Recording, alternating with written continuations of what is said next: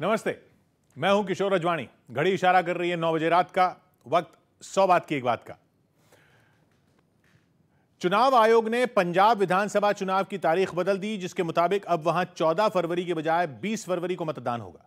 चर्चा है कि मुलायम सिंह की बहू अपर्णा यादव बीजेपी की टिकट पर चुनाव मैदान में ताल ठोक सकती हैं।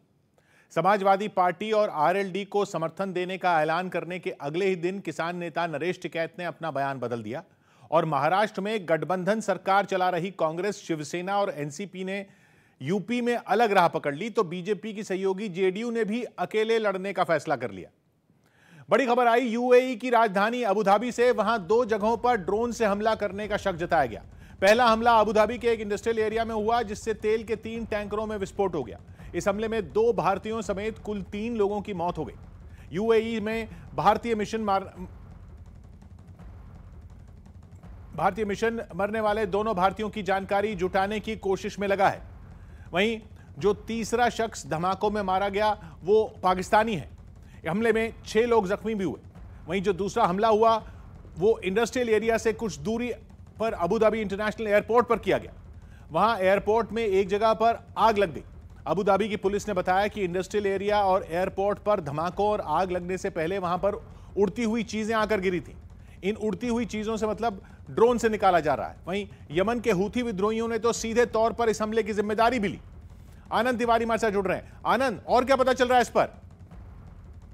और जी किशोर, अबुधाबी के इंटरनेशनल एयरपोर्ट पर ड्रोन के जरिए 2 अलग अलग जगह पर हमलों को अंजाम दिया गया है और इसमें 2 भारतीय और एक पाकिस्तानी शख्स की मौत हो गई है, जबकि 6 लोग बुरी तरह घायल हो गए हैं।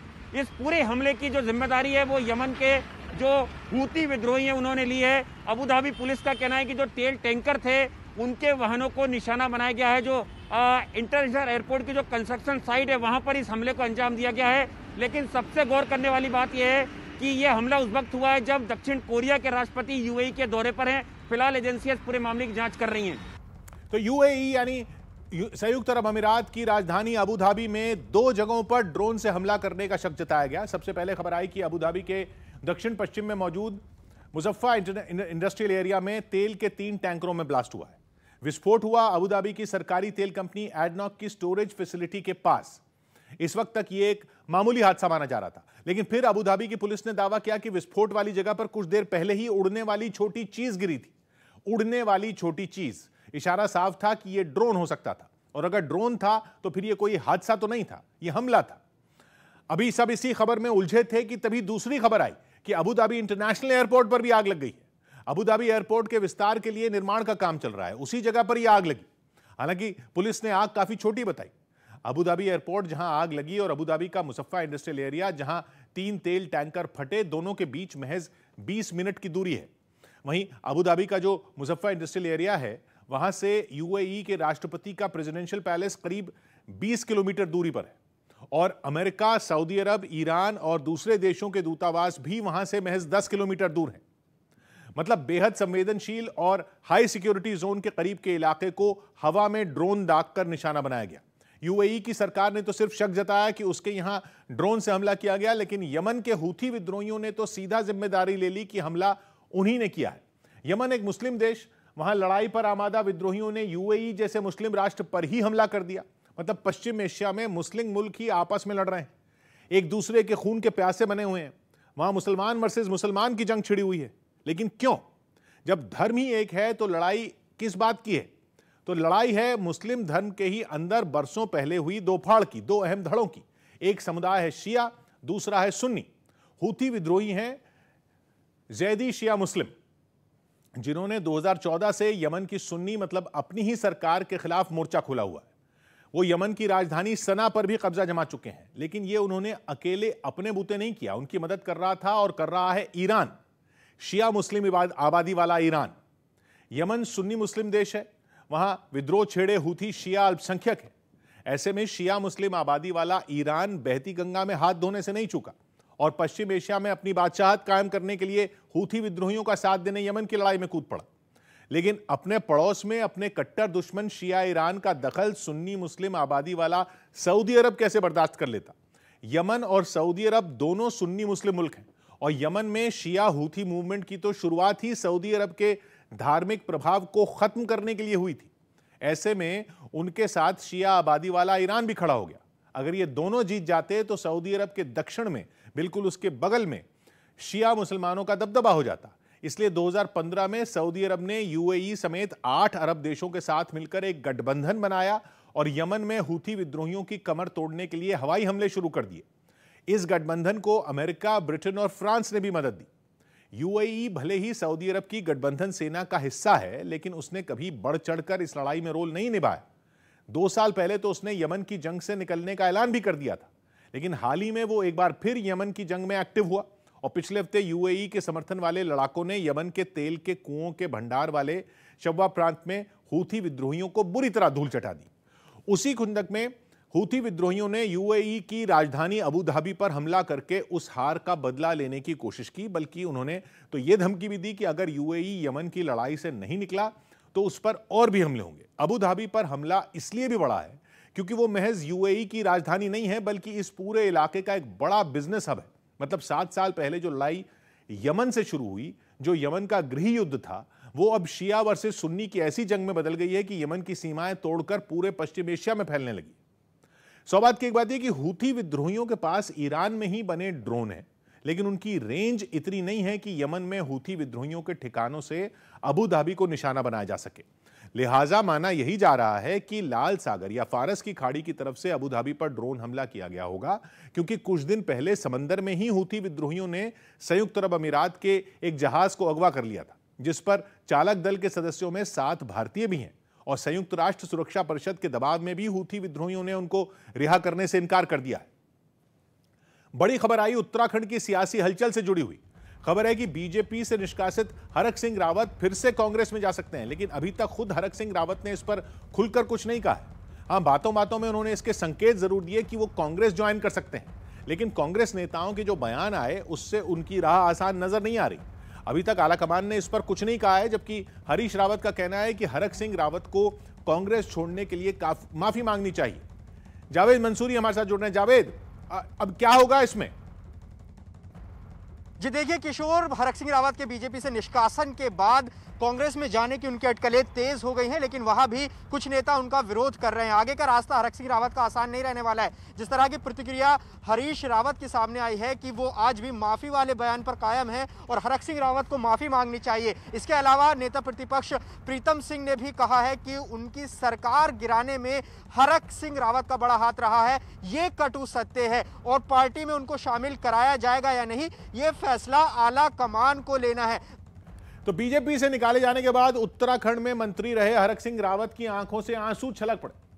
उन पर अनुशासनहीनता का आरोप लगा था, जिसकी वजह से एक दिन पहले उन्हें न केवल उत्तराखंड के मंत्रिमंडल से बल्कि 6 साल के लिए बीजेपी से भी निकाल दिया गया।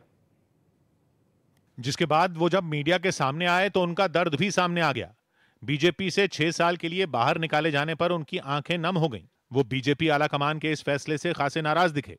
यहां तक कि उन्होंने ये तक बोल दिया कि उन्हें निकालना पार्टी की बहुत बड़ी गलती है। किसी का विनाश होना होता है, किसी को, तो वो उससे ऐसी गलतियां होती हैं। एक दिन पहले जब हरक सिंह रावत दिल्ली पहुंचे थे तभी खबरें उड़ी थीं कि वो बीजेपी छोड़ने वाले हैं, लेकिन उनकी दलील ये है कि वो अमित शाह से मिलने दिल्ली आए थे, न कि बीजेपी छोड़ने। मैं मिला रहा था अमित शाह जी के यहाँ, तब तक मैसेज आ गया, मैं समय ले रहा था कि कल मैं सब दिल्ली आया हूँ, कल मुझे कुछ समय दे दीजिएगा। खबरें हैं कि हरक सिंह रावत लंबे समय से नाराज थे और वो कांग्रेस में जाने की पूरी तैयारी कर चुके थे, लेकिन उनके ऐसा करने से पहले ही बीजेपी ने उन्हें पार्टी से निकाल दिया। बीजेपी ने आरोप लगाया कि हरक सिंह रावत अपने करीबियों के लिए टिकट मांग रहे थे, लेकिन पार्टी की पॉलिसी एक परिवार एक टिकट की है, जिस पर मतभेद बढ़े और हरक सिंह रावत बीजेपी से बाहर कर दिए गए। वो अपने समेत अपने परिवार के लिए और अन्य लोगों के लिए पार्टी पर दबाव कर रहे थे, तो इसलिए पार्टी ने निर्णय लिया। हालांकि हरक सिंह रावत ने इस आरोप को गलत ठहराया। मेरे पुत्र बधू जो है, आप चेक करा लो, अगर वो जीत सकती है चुनाव तो उस पर विचार कर लो, मैं नहीं लड़ना चाहता हूँ। खबर है कि हरक सिंह रावत ने अपने और अपनी बहू के लिए टिकट मांगा था, लेकिन उनकी ये मांग पूरी नहीं हुई, जिसके बाद पता चला कि वो कांग्रेस में वापसी कर सकते हैं, लेकिन इस खबर पर मोहर लगती उससे पहले ही वो बीजेपी से निष्कासित कर दिए गए। जिसके बाद हरक सिंह रावत ने सोनिया गांधी का एहसान चुकाने की बात कहकर यह संकेत दे दिया कि वो कांग्रेस में जा सकते हैं। किसी के कोई एहसान को कभी नहीं भूलता हूं। मतलब एहसान चुकाने का वक्त आ गया है। हाँ देखिए, मैं सोचता हूँ कि मैं इन्होंने मौका दिया ना मुझे। लेकिन उत्तराखंड के पूर्व मुख्यमंत्री और कांग्रेस नेता हरीश रावत ने माफी की शर्त रखकर उनकी वापसी की राह मुश्किल कर दी। 18 मार्च की घटना है 2016 की उत्तराखंड में। उसमें जो भी भागीदार थे उनको अपनी उस गलती के लिए उत्तराखंड के से और लोकतंत्र से दोनों से माफी मांगनी चाहिए। कहा जाता है कि 2016 में हरक सिंह रावत की बगावत की वजह से ही हरीश रावत की सरकार गिर गई थी। हरक सिंह रावत के बीजेपी से निकाले जाने के बाद उत्तराखंड की सियासी हलचल तेज हो गई। आखिर ऐसा क्या हुआ कि कुछ दिन पहले तक जिस नेता को मनाने के लिए हाईकमान खुद जुटा था उसे ही बाहर का रास्ता दिखा दिया गया। खबर है कि हरक सिंह रावत शुरू से ही बीजेपी सरकार से नाराज थे। पहले त्रिवेंद्र सिंह रावत के मुख्यमंत्री रहते हुए उन्हें अपने मंत्रालय पर ऐतराज था, और जब पुष्कर सिंह धामी मुख्यमंत्री बने तो भी उनकी नाराजगी बरकरार रही। खबर तो यह भी आई कि पिछले महीने अपने विधानसभा क्षेत्र कोटद्वार में मेडिकल कॉलेज बनाने के मुद्दे पर उन्होंने इस्तीफा देने की धमकी तक दे डाली थी, जिसके बाद पता चला कि हाईकमान ने डैमेज कंट्रोल किया और हरक सिंह रावत को मनाया गया। लेकिन सियासी गलियारों में लगातार ये खबरें आती रहीं कि हरक सिंह रावत कई मुद्दों पर नाराज हैं जिन्हें सुलझाने के लिए आलाकमान ने पहल नहीं की, जिनमें एक विधानसभा चुनाव में टिकट का मुद्दा भी है। कहा जा रहा है कि हरक सिंह रावत 2 टिकट मांग रहे थे, एक अपने लिए, दूसरा अपनी बहू के लिए, जिसके लिए बीजेपी तैयार नहीं थी और इसी वजह से कांग्रेस में जाने के बारे में सोच रहे थे। लेकिन उससे पहले ही उनसे मंत्री पद और बीजेपी की सदस्यता छिन गई, जिसके बाद उनके आंसू निकल आए। खबर तो यह भी है कि हरक सिंह रावत इस बार अपनी सीट भी बदलना चाहते थे और पौड़ी जिले की कोटद्वार सीट से नहीं बल्कि किसी और जगह से चुनाव लड़ना चाहते थे। पता चला है कि उन्होंने पार्टी आलाकमान के सामने 3 विकल्प भी रखे थे, जिनमें केदारनाथ सीट का नाम भी शामिल था, जबकि अपनी बहू के लिए वो लैंसडाउन सीट से टिकट चाहते थे।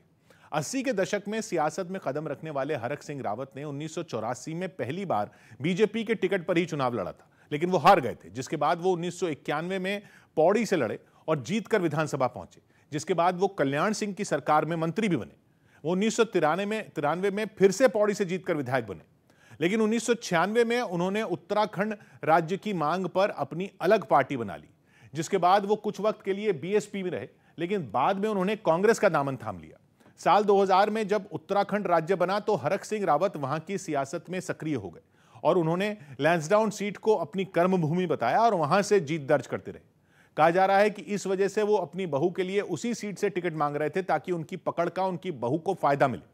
वैसे 2012 में उन्होंने अपनी सीट बदल ली थी और रुद्रप्रयाग से कांग्रेस के टिकट पर चुनाव लड़ा और जीता था। लेकिन 2016 में जब वो तब सुर्खियों में आ गए जब उन्हें अपनी ही पार्टी की सरकार गिराने का आरोप लगा उन पर। उत्तराखंड की सियासत की कुछ सबसे अहम तारीखों में एक है 18 मार्च 2016 की तारीख, वो तारीख जब उत्तराखंड विधानसभा के अंदर 9 विधायकों ने अपनी पार्टी से बगावत कर दी थी।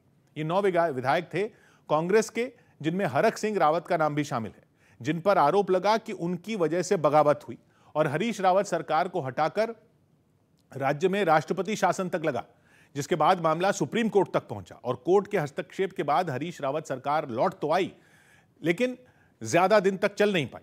इस बीच हरक सिंह समेत बगावत करने वाले सभी 9 विधायकों ने बीजेपी ज्वाइन कर ली और 2017 के चुनाव में हरक सिंह रावत कोटद्वार से चुनाव लड़े और जीते, जिसके बाद उन्हें उत्तराखंड सरकार में कैबिनेट मंत्री बनाया गया।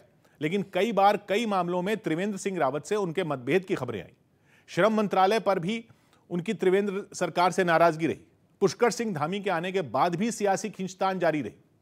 सौभाग्य की एक बात यह कि हरक सिंह रावत पौड़ी गढ़वाल की कोटद्वार सीट से पिछले चुनाव जीते थे, जबकि वो 2 बार पौड़ी गढ़वाल की ही लैंसडाउन सीट से चुनाव जीत चुके हैं, जिस पर उनकी बहू अनुकृति गुसाई चुनाव लड़ने का ऐलान कर चुकी हैं। और बीजेपी का आरोप है कि बहू के लिए टिकट का दबाव बनाने की वजह से ही हरक सिंह रावत को उत्तराखंड सरकार से बर्खास्त करना पड़ा, जबकि हरक सिंह रावत इस आरोप को गलत बता रहे हैं। जबकि उनके लिए कांग्रेस ने दरवाजे तो बंद नहीं किए, लेकिन माफी मांगने की शर्त रखकर उत्तराखंड कांग्रेस के नेताओं ने हरक सिंह रावत का सियासी संकट बढ़ा दिया।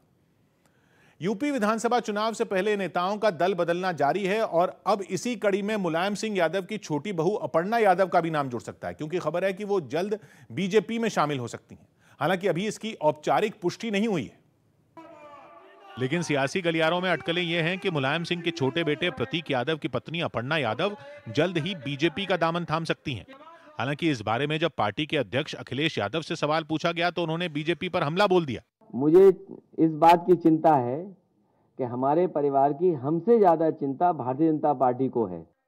अपर्णा यादव के समाजवादी पार्टी छोड़ने और बीजेपी में शामिल होने की बातें इसलिए भी कही जा रही हैं क्योंकि कई मौकों पर उनका झुकाव बीजेपी की तरफ देखा गया। समाजवादी पार्टी में रहते हुए भी वो कई बार मुख्यमंत्री योगी आदित्यनाथ और प्रधानमंत्री नरेंद्र मोदी की तारीफ कर चुकी हैं और इसी वजह से अपर्णा यादव की बीजेपी में शामिल होने की बात जोर पकड़ती जा रही है और खबरें यहां तक हैं कि बीजेपी इस बार उन्हें लखनऊ की किसी दूसरी विधानसभा सीट से उम्मीदवार बना सकती है, क्योंकि इससे पहले 2017 विधानसभा चुनाव में अपर्णा यादव ने लखनऊ की कैंट सीट से समाजवादी पार्टी के टिकट पर चुनाव लड़ा था, लेकिन तब वो बीजेपी की उम्मीदवार रीता बहुगुणा जोशी से करीब 34,000 वोटों से हार गई थी। हालांकि हार के बाद भी उन्हें करीब 63,000 वोट मिले थे। लखनऊ में कुल 9 विधानसभा सीटें हैं जिन पर चौथे चरण के तहत 23 फरवरी को वोटिंग होगी। पंजाब से बहुत बड़ी ब्रेकिंग न्यूज आ रही है। कांग्रेस ने अपने ट्विटर हैंडल से एक वीडियो ट्वीट किया है जिसमें शुरू में सोनू सूद ये बता रहे हैं कि सीएम कैसा होना चाहिए और सोनू सूद के ये बताने के ठीक बाद मौजूदा मुख्यमंत्री चन्नी का चेहरा दिखाया गया। पार्टी की तरफ से जारी इस वीडियो के बाद माना जा रहा है कि पंजाब में चरणजीत सिंह चन्नी सीएम का चेहरा होंगे। कुछ दिन पहले ही सोनू सूद की बहन ने कांग्रेस का हाथ थामा था, जिनको पार्टी ने चुनाव मैदान में भी उतारा है और अब जो वीडियो जारी हुआ उसमें चन्नी के साथ सोनू सूद का भी इस्तेमाल किया गया। कांग्रेस ने यह वीडियो ठीक उस दिन जारी किया जब पंजाब में चुनाव आयोग ने चुनाव की तारीख बदलने का ऐलान किया। जबरदस्ती कुर्सी पे लेके आया जाए, उसको स्ट्रगल नहीं करनी पड़े, उसको बताना नहीं पड़े कि मैं चीफ मिनिस्टर कैंडिडेट हूं, मैं डिजर्व करता हूं। वो ऐसा होना चाहिए जो बैक बेंचर हो और उसको पीछे से उठा के ले और बोल कि तू डिजर्व करता, तू बनो। वो जो बनेगा वो देश बदल सकता है।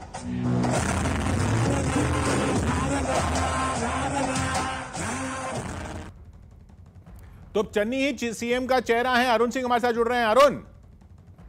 किशोर, पार्टी की तरफ से सोशल मीडिया की तरफ से एक वीडियो ये एडिट कर करके डाला गया था सोशल मीडिया पर, जिसके बाद इस बात के कयास लगाए जाने लगे कि जिस तरह से एक मुख्यमंत्री के गुण बता रहे हैं सोनू सूद और उसके बाद चरणजीत सिंह चन्नी के तमाम वीडियोज हैं, क्या चन्नी को कांग्रेस ने अपने मुख्यमंत्री पद के उम्मीदवार दावेदार के रूप में पेश कर दिया है।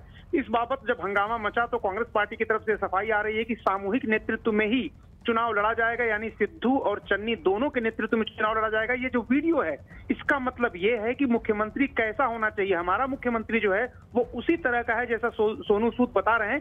यानी चरणजीत सिंह चन्नी को एक तरह से आगे रखने की कोशिश तो पार्टी कर रही है, क्योंकि दलित सीएम के नाम पर एक बड़ा दांव राहुल गांधी ने खेला था, लेकिन वो किसी तरह का ऐसा संकेत नहीं देना चाहती जिससे नवजोत सिंह सिद्धू भड़क जाएं और पार्टी चुनाव से पहले ही दो फाड़ हो जाए। और इसलिए इस वीडियो पर कांग्रेस पार्टी के अंदर खाने सफाई भी है। इस वीडियो का मतलब ये नहीं कि उनको मुख्यमंत्री पद का चेहरा घोषित कर दिया गया। एक बात गौर करने वाली और है किशोर कि कल आम आदमी पार्टी अपने मुख्यमंत्री पद के चेहरे का ऐलान करने वाली, उसके ठीक पहले इस वीडियो के आने के बाद कांग्रेस पार्टी में भी एक तरह से सुगबुगाहट शुरू हो गई थी, लेकिन कांग्रेस के नेतृत्व की तरफ से साफ कर दिया गया है कि पार्टी वहां सामूहिक नेतृत्व में ही चुनाव लड़ेगी। शुक्रिया अरुण आपका। दिल्ली में गणतंत्र दिवस से पहले परेड की रिहर्सल हुई। 26 जनवरी से पहले सेना के जवानों ने दिल्ली के राजपथ पर गणतंत्र दिवस परेड में रिहर्सल की। स्पेन के टेनिस खिलाड़ी राफेल नडाल ने ऑस्ट्रेलियन ओपन में जीत से शुरुआत की। साथ ही जापान की नाओमी ओसाका को भी पहले दौर के अपने मुकाबले में जीत मिली। दिल्ली में कोहरे का असर रेलवे पर भी पड़ा और राजधानी में 6 से ज्यादा ट्रेनें देरी से चलीं। हरियाणा में बढ़ते कोरोना मामलों पर वहां के स्वास्थ्य मंत्री का अजीबोगरीब बयान सामने आया। स्वास्थ्य मंत्री अनिल विज ने दावा किया कि राज्य में कोरोना के मामले दिल्ली से नजदीक होने की वजह से बढ़े। उन्होंने आरोप लगाया कि दिल्ली में कोरोना कंट्रोल न कर पाने की वजह से इसका असर बाकी राज्यों पर भी पड़ा। दिल्ली के अनियंत्रित संक्रमण का हरियाणा पर बहुत प्रभाव पड़ता भी है और पड़ भी रहा है। अनिल विज के इस बयान पर दिल्ली के स्वास्थ्य मंत्री सत्येंद्र जैन ने पलटवार किया। उन्होंने आरोप लगाया कि हरियाणा सरकार इस मुद्दे पर सिर्फ राजनीति करना चाहती है।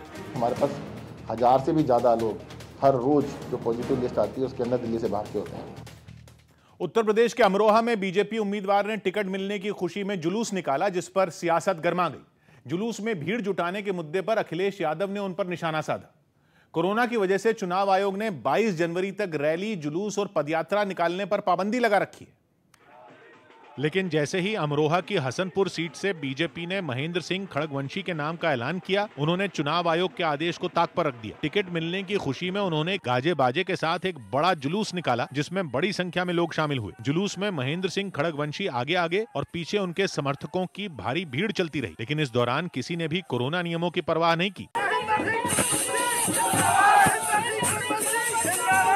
कोरोना नियमों का उल्लंघन करने के बाद बीजेपी उम्मीदवार महेंद्र सिंह खड़गवंशी समाजवादी पार्टी के निशाने पर आ गए। पार्टी अध्यक्ष अखिलेश यादव ने इसे लेकर एक ट्वीट किया, जिसमें उन्होंने इस मामले में चुनाव आयोग से कार्रवाई की मांग की। समाजवादी पार्टी लिखित शिकायत चुनाव आयोग को करेगी। 2 दिन पहले ही लखनऊ में समाजवादी पार्टी के दफ्तर के बाहर एक वर्चुअल रैली में भीड़ जुटाने पर चुनाव आयोग ने नोटिस भेजकर जवाब मांगा था। सौ बात की एक बात यह कि अमरोहा जिले की विधानसभा सीटों पर दूसरे चरण में 17 फरवरी को वोटिंग होनी है, जहां की हसनपुर सीट पर पिछली बार बीजेपी के महेंद्र सिंह खड़गवंशी को नामांकन से सिर्फ 4 दिन पहले बीजेपी का टिकट मिला था, जबकि इस बार उनका नाम पहली ही लिस्ट में आ गया, जिसके उत्साह में उनके समर्थक चुनाव आयोग के दिशा निर्देश भी भूल गए। तो वहीं एसडीएम ऑफिस के सामने से निकले इस जुलूस पर पुलिस प्रशासन ने भी कोई कार्रवाई नहीं की, जिस पर विपक्षी दलों को सवाल उठाने का मौका मिल गया। बड़ी खबर आई उत्तराखंड से, जहां कांग्रेस को बड़ा झटका लगा। राज्य में महिला कांग्रेस के अध्यक्ष ही कांग्रेस छोड़कर बीजेपी में शामिल होंगे। माना जा रहा है कि बीजेपी छोड़कर कांग्रेस में आए यशपाल आर्य से वो नाराज थी। राज्य में महिलाओं को टिकट देने की मांग भी वो कांग्रेस हाईकमान से लगातार कर ही रही थी, लेकिन उनकी मांगों को खारिज किया जा रहा था। इसी बात से नाराज होकर उन्होंने कांग्रेस का साथ छोड़ दिया। एहतशाम हमारे साथ जुड़ रहे हैं। एहतशाम, तो अभी बीजेपी में टिकट मिल रहा है, इस वजह से है? जी किशोर, देखिए ये कांग्रेस पार्टी के लिए बहुत बड़ा झटका है, क्योंकि सरिता आर्या उत्तराखंड में महिला कांग्रेस की अध्यक्षा थी। वो एक बहुत ही कद्दावर नेता थी कांग्रेस पार्टी की, लेकिन अब उन्होंने कांग्रेस पार्टी को छोड़ दिया है और बीजेपी का दामन थाम लिया है। बताया भी जा रहा है कि हो सकता है वो बीजेपी की तरफ से नैनीताल से प्रत्याशी हो, क्योंकि वो पहले वहां विधायक रह चुकी हैं। वहीं कांग्रेस पार्टी का कहना है कि सरिता आर्या को निष्कासित कर दिया गया है 6 साल के लिए, लेकिन जाते जाते सरिता आर्या ने अपनी पार्टी पर कटाक्ष कसा, प्रियंका गांधी के कैंपेन पर कटाक्ष कसा और ये कहा कि पार्टी में महिलाओं का सम्मान नहीं रहा है। तो उत्तराखंड में चुनाव से पहले ये कांग्रेस के लिए एक बड़ा झटका माना जा रहा है। खुद महिला कांग्रेस की प्रदेश अध्यक्ष ही बीजेपी में शामिल हो गई। उनका दावा है कि उत्तर प्रदेश में लड़की हूं लड़ सकती हूं का नारा देने वाली कांग्रेस उत्तराखंड में महिलाओं को उनका हक नहीं दे रही। और सबसे बड़ा हमला प्रियंका गांधी पर किया, जो यूपी में 40% टिकटें महिलाओं को देने का दावा कर रही हैं। मैंने कहा 40% नहीं तो 20% टिकट दीजिए महिलाओं को। मैं महिलाओं का सम्मान नहीं कर पाई, मैं अपनी महिलाओं से माफी भी चाहती हूँ कांग्रेस में। देहरादून के बीजेपी दफ्तर में सरिता आर्य को देखकर लोग हैरान हो गए। उन्हें पार्टी में शामिल करवाने के लिए मुख्यमंत्री पुष्कर सिंह धामी खुद पहुंच गए। पुष्कर सिंह धामी ने भी कांग्रेस पर हमले का मौका नहीं चूका। उन्होंने कहा है कि मैं महिलाओं के लिए जो करना चाहती थी कांग्रेस उसको करने नहीं देती। सरिता आर्य का दावा है कि उन्होंने बिना किसी शर्त के बीजेपी का दामन थामा, लेकिन सूत्र बताते हैं कि वो नैनीताल सीट से चुनाव लड़ना चाहती थी और यही इच्छा उनके लिए कांग्रेस छोड़ने की वजह भी बन गई, क्योंकि कांग्रेस पार्टी उन्हें इस बार नैनीताल सीट से टिकट देने के पक्ष में नहीं थी, जिसकी वजह बन रहे थे यशपाल आर्य, जो अपने बेटे के साथ बीजेपी छोड़कर कुछ दिन पहले ही कांग्रेस पार्टी में शामिल हुए थे। यशपाल आर्य के बेटे संजीव आर्य नैनीताल सीट पर सरिता आर्य के रास्ते का कांटा साबित हुए। यह तय माना जा रहा था कि कांग्रेस पार्टी इस बार इस सीट पर सरिता के बजाय संजीव आर्य को टिकट देगी। सरिता आर्य इस सीट से चुनाव जीतकर 2012 से 2017 तक विधायक रह चुकी हैं, लेकिन 2017 में वो चुनाव हार गई थी। सौ बात की एक बात यह कि सरिता आर्य नैनीताल नगर पालिका की अध्यक्ष रह चुकी हैं और नैनीताल विधानसभा सीट से वो 2012 में विधायक भी चुनी गई थी, जिन्हें पिछली बार बीजेपी के संजीव आर्य ने हरा दिया था, जो इस बार अपने पिता यशपाल आर्य के साथ कांग्रेस में शामिल हो चुके हैं। और माना जा रहा है कि नैनीताल में कांग्रेस का टिकट मिलने की गारंटी नहीं मिली तो सरिता आर्य ने बगावत कर दी और उत्तराखंड महिला कांग्रेस की 2 उपाध्यक्ष के साथ बीजेपी में शामिल हो गई। उत्तर प्रदेश चुनाव में गोरखपुर से बीजेपी के सांसद और एक्टर रवि किशन के भोजपुरी गाने पर एनसीपी की तरफ से निशाना साधा गया, और वो भी भोजपुरी अंदाज में। कुछ रोज पहले रवि किशन ने सोशल मीडिया पर भोजपुरी में एक गाना रिलीज किया था और उस गाने का नाम था यूपी में सब बा। इस भोजपुरी गाने में योगी आदित्यनाथ सरकार की जमकर तारीफ की गई थी। यही नहीं, इस गाने के जरिए रवि किशन ने उत्तर प्रदेश की बीजेपी सरकार का पूरा रिपोर्ट कार्ड ही लोगों के बीच रख दिया था। सड़कन के जालवा काम बेमिसाल बा जी कबो न रहल ऊ अब्बा यूपी में सब बा। लेकिन यूपी सरकार की तारीफ वाले इस गाने पर भोजपुरी अंदाज में ही निशाना साधा गया। मोर्चा संभाला महाराष्ट्र सरकार में मंत्री नवाब मलिक ने। उन्होंने भोजपुरी सिंगर नेहा सिंह राठौर का एक गाना यूपी में काबा ट्वीट किया, जिसके जरिए योगी सरकार पर जमकर हमले किए गए। अरे बाबा के दरबार बा, खत्म रोजगार बा, अरे काबा यूपी में काबा। ये गाना सोशल मीडिया पर तेजी से वायरल हो रहा है, जिसे विपक्षी पार्टियों के लोग काफी पसंद कर रहे हैं।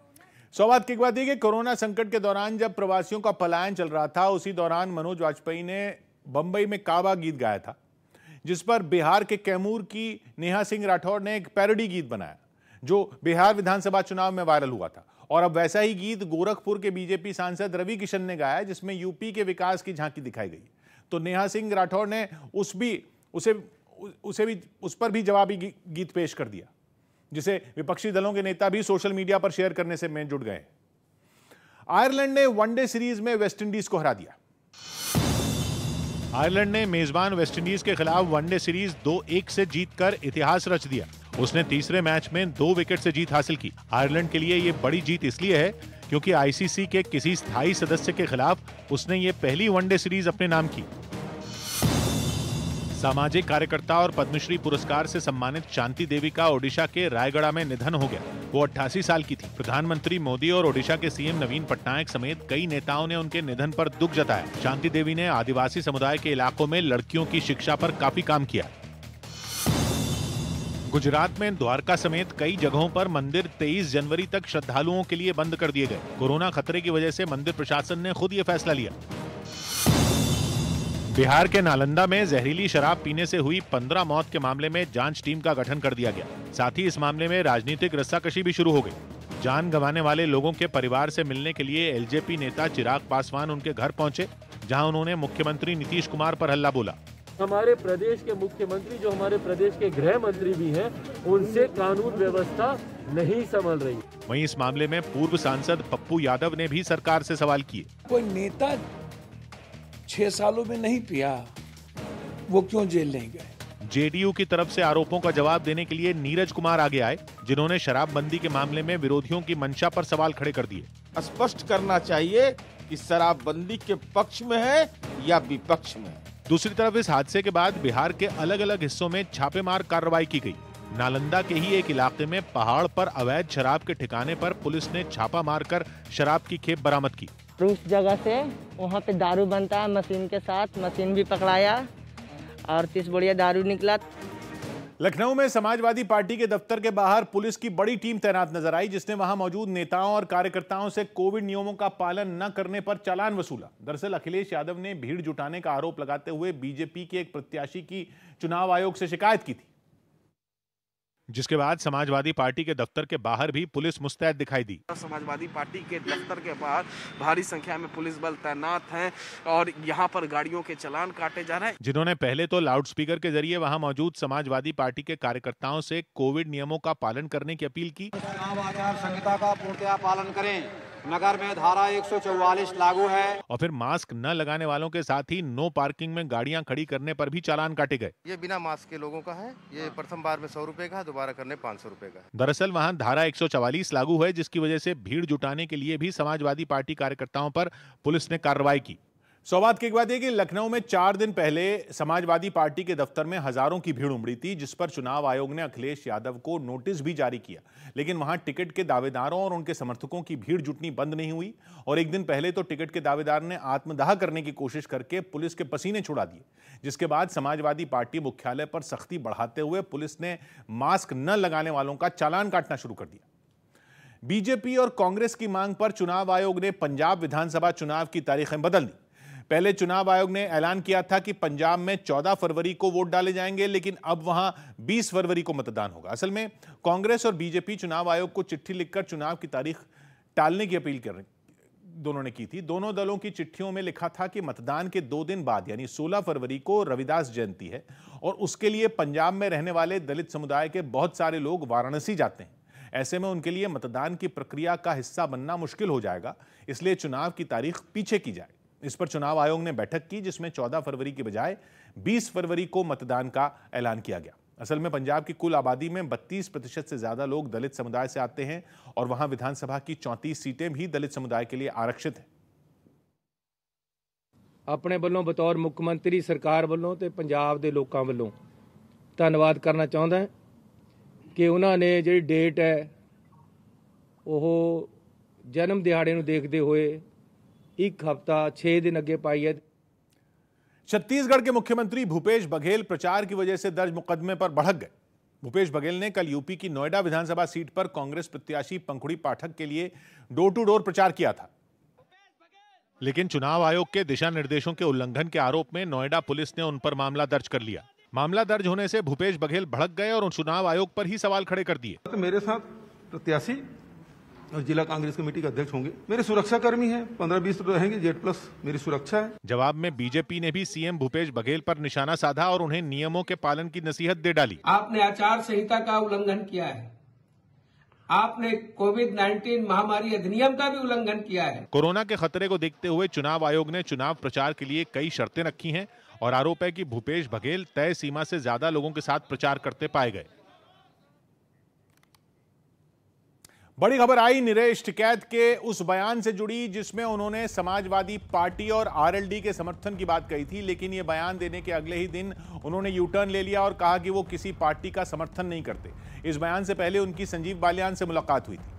अमित सिंह इस पर हमारे साथ जुड़ रहे हैं। अमित, क्या पता चल रहा है इस पर? किशोर, बीजेपी नेता संजीव बालियान ने नरेश टिकैत से मुलाकात की है और इस मुलाकात के बाद नरेश टिकैत ने यू टर्न लेते हुए जो अपने कल का बयान था नरेश टिकैत का, उन्होंने समाजवादी पार्टी और आरएलडी गठबंधन के समर्थन करने की बात की थी। तो आज नरेश टिकैत ने कहा है कि जो भी उनसे मिलने आएंगे उनको उनका आशीर्वाद प्राप्त होगा। यानी बीजेपी के लिए राहत भरी खबर है। जिस तरीके से टिकैत भाई पिछले 1 साल 1.5 साल से लगातार वो बीजेपी का विरोध कर रहे थे, आज जैसे ही संजीव बालियान की मुलाकात नरेश टिकैत से हुई है, नरेश टिकैत के बोल बदल गए, उन्होंने यू टर्न ले लिया अपने कल के बयान से। तो भारतीय किसान यूनियन के अध्यक्ष नरेश टिकैत ने समाजवादी पार्टी और आरएलडी गठबंधन को समर्थन का ऐलान करने के अगले ही दिन यू टर्न ले लिया। उन्होंने साफ कर दिया कि वो किसी पार्टी के साथ नहीं है। माना जा रहा है कि उनका यह बयान संजीव बालियान से मुलाकात के बाद आया, जिसकी तस्वीर भी सामने आई। संजीव बालियान और नरेश टिकैत की इसी मुलाकात के बाद नरेश टिकैत के सुर बदले बदले नजर आए। एक दिन पहले नरेश टिकैत ने मुजफ्फरनगर में समाजवादी पार्टी और आरएलडी के प्रत्याशी के समर्थन में चुनाव प्रचार किया था और इस गठबंधन के समर्थन में बयान दिया था। भाई आप लोगों की परीक्षा की घड़ी और इस गठबंधन को सफल बनाओ। लेकिन अगले ही दिन उन्होंने अपने बयान से यू टर्न ले लिया। हमारे मुंह से भी निकल के होगी बातचीत पर किसी भी पार्टी को कोई समर्थन नहीं है। नरेश टिकैत के भाई और किसान नेता राकेश टिकैत ने भी दो टूक बोल दिया कि वो चुनाव में किसी पार्टी के साथ नहीं है। किसी का समर्थन नहीं है हमारा, अपना चुनाव लड़े सब लोग। केंद्र सरकार कृषि सुधार कानूनों को वापस ले चुकी है, लेकिन माना जा रहा है कि विपक्ष इस मुद्दे पर बीजेपी को घेरने का कोई मौका नहीं छोड़ना चाहता, जिसके लिए उसने पूरा जोर लगा दिया है। खासकर उत्तर प्रदेश के पश्चिमी हिस्से में, जिसे किसान बहुल इलाका कहा जाता है, और इस इलाके में किसानों के संगठन भारतीय किसान यूनियन की अच्छी खासी पकड़ मानी जाती है और इसीलिए टिकैत परिवार की अहमियत बढ़ जाती है। खबर है कि राजनीतिक पार्टियां इसीलिए भारतीय किसान यूनियन का समर्थन चाहती हैं। उत्तर प्रदेश के पश्चिमी हिस्से में विधानसभा की 66 सीटें हैं। इन सीटों पर किसानों की भूमिका निर्णायक मानी जाती है। माना जा रहा है कि किसान आंदोलन की वजह इन सीटों पर सियासी समीकरण बदले हैं, जिसका सियासी पार्टियां फायदा उठाने की कोशिश कर रही हैं। सौबात की एक बात यह कि कृषि कानूनों के खिलाफ आंदोलन के लिए जो संयुक्त किसान मोर्चा बना था, उसने पहले ही साफ कर दिया था कि वो चुनाव और राजनीति से दूर रहेगा, जिसकी वजह से पंजाब में चुनाव लड़ने वाले किसान नेताओं से भी संयुक्त किसान मोर्चा ने दूरी बना ली थी। लेकिन भारतीय किसान यूनियन के अध्यक्ष नरेश टिकैत ने समाजवादी पार्टी आरएलडी गठबंधन को समर्थन देकर संयुक्त किसान मोर्चा में भी खलबली मचा दी थी। हालांकि केंद्रीय मंत्री संजीव बालियान से मुलाकात के बाद उन्होंने माना कि समर्थन का बयान उन्होंने गलती से दे दिया था। बिहार के आरा में सिख श्रद्धालुओं के साथ मारपीट की खबर पर सियासी घमासान छिड़ गया। बताया गया कि ये श्रद्धालु सिखों के 10वें गुरु गोविंद सिंह का प्रकाश पर्व मनाने मोहाली से पटना आए थे, लेकिन वापस जाते वक्त आरा में कुछ लोगों ने उन्हें रोक लिया और यज्ञ के नाम पर जबरन चंदा मांगने लगे। लेकिन जब उन्होंने चंदा देने से इनकार किया तो उन लोगों ने ट्रक के ड्राइवर की पिटाई शुरू कर दी। खबर है कि सिख श्रद्धालुओं ने जब इसका विरोध किया तो भीड़ ने उन पर भी पत्थर बरसाने शुरू कर दिए। इस घटना में कई श्रद्धालु घायल हो गए, जिन्हें अस्पताल पहुंचाया गया। जो वहाँ के लोकल लोग हैं उनके द्वारा ईंट और पत्थर से उनके ऊपर हमला कर दिया गया, जिसमें 6 लोग जो हैं वो जख्मी हुए। घटना की जानकारी मिलते ही सियासत भी गर्मा गई। ना केवल सारे अरेस्ट होण, बल्कि इन्हां ते केस भी ਚੱਲਣ और इन्हां ਨੂੰ सजावां भी होण। मामला बढ़ता देख पुलिस भी एक्शन में आई और कई लोगों को हिरासत में लेकर पूछताछ शुरू कर दी। सौभाग्य की बात यह कि पटना साहिब गुरुद्वारा सिख समुदाय के 10वें गुरु गोविंद सिंह का जन्मस्थान है, जहां हर साल गुरु गोविंद सिंह जयंती मनाने के लिए सिख समुदाय के लोग आते हैं। और उन्हीं में मोहाली का एक जत्था भी था, जिसमें लगभग 5 दर्जन लोग ट्रक से पटना पहुंचे थे, जिन पर वापसी के दौरान आरा जिले के एक गांव में यज्ञ के नाम पर चंदा वसूलने के लिए हमला कर दिया गया, जिसमें पुलिस ने 11 आरोपियों के खिलाफ नामजद FIR दर्ज की है। दिल्ली में प्रदूषण से निपटने के लिए केजरीवाल सरकार ने इलेक्ट्रिक बस की सौगात दी। बताया गया कि यह बस मौजूदा बसों की तरह ही सुविधाओं से लैस होगी, लेकिन इसे चलाने के लिए पूरी तरह से बिजली का इस्तेमाल किया जाएगा। पहली इलेक्ट्रिक बस के उद्घाटन के लिए दिल्ली के CM Kejriwal Indraprastha bus depot पहुंचे, जहां उन्होंने पूजा पाठ करने के बाद नई नवेली बस का रिबन काटकर उद्घाटन किया। इसके बाद अरविंद केजरीवाल ने बस के अंदर जाकर उसका मुआयना किया, साथ ही ड्राइवर से बातचीत भी की और फिर मंच पर पहुंचकर उन्होंने बस को हरी झंडी दिखाई, जिसके बाद दिल्ली की सड़कों पर राज्य की पहली इलेक्ट्रिक बस दौड़ पड़ी। दिल्ली की पहली इलेक्ट्रिक 0% जो प्रदूषण मुक्त बस है, वो आज दिल्ली में उसकी शुरुआत हो चुकी है। CM केजरीवाल ने दावा किया कि दिल्ली को प्रदूषण मुक्त करने की मुहिम में ये बस अहम भूमिका निभाएगी। साथ ही ये उम्मीद भी जताई कि जल्द से जल्द बसों की संख्या बढ़ा दी जाएगी। पुरानी बसें हटती जाएंगी, वैसे वैसे अब इलेक्ट्रिक बसेस दिल्ली की सड़कों पे आती जाएंगी। बताया गया कि ये बस दिल्ली की मौजूदा AC बसों की तरह ही होगी, जिसमें महिला सुरक्षा का ख्याल रखते हुए इसे CCTV कैमरे से लैस किया गया है। साथ ही इसका टिकट भी बाकी बसों के बराबर ही रखा गया, ताकि लोगों को कोई परेशानी न उठानी पड़े। सौभाग्य की एक बात यह कि दिल्ली में प्रदूषण से निपटने के लिए लगभग 2.5 दशक पहले डीजल वाली बसों को हटाकर CNG बसें शुरू की गईं, और उससे भी संकट नहीं टला तो 4 साल पहले बैटरी से चलने वाली बसें चलाने का फैसला किया गया, जिसने पहली खेप में 100 इलेक्ट्रिक बसों को CM केजरीवाल ने हरी झंडी दिखाई, जबकि अगले 3 महीने में 2 और इलेक्ट्रिक बसें DTC के बेड़े में शामिल करने का टारगेट है।